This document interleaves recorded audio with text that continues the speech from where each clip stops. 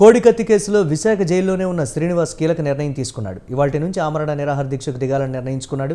CM Jagan కోర్టుకు వచ్చి వాంగ్మూలం ఇవ్వాలని, దాని ఆధారంగా తనకు కోర్టు బెయిల్ ఇస్తుందని శ్రీనివాస్ వాదిస్తున్నాడు.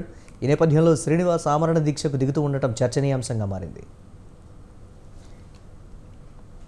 మరోవైపు శ్రీనివాస్తో పాటు ఆయన కుటుంబ సభ్యులు కూడా ఇవాల్టి నుంచి విజయవాడలోని వారి నివాసంలో ఆమరణ దీక్షకు సిద్ధమవుతున్నారు.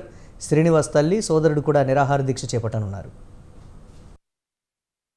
నా కొడుకు 5 సంవత్సరాలు అయిందండి, జైల్లోనే ఉన్నారండి, జైల్లో పెట్టించారండి ముఖ్యమంత్రి గారు.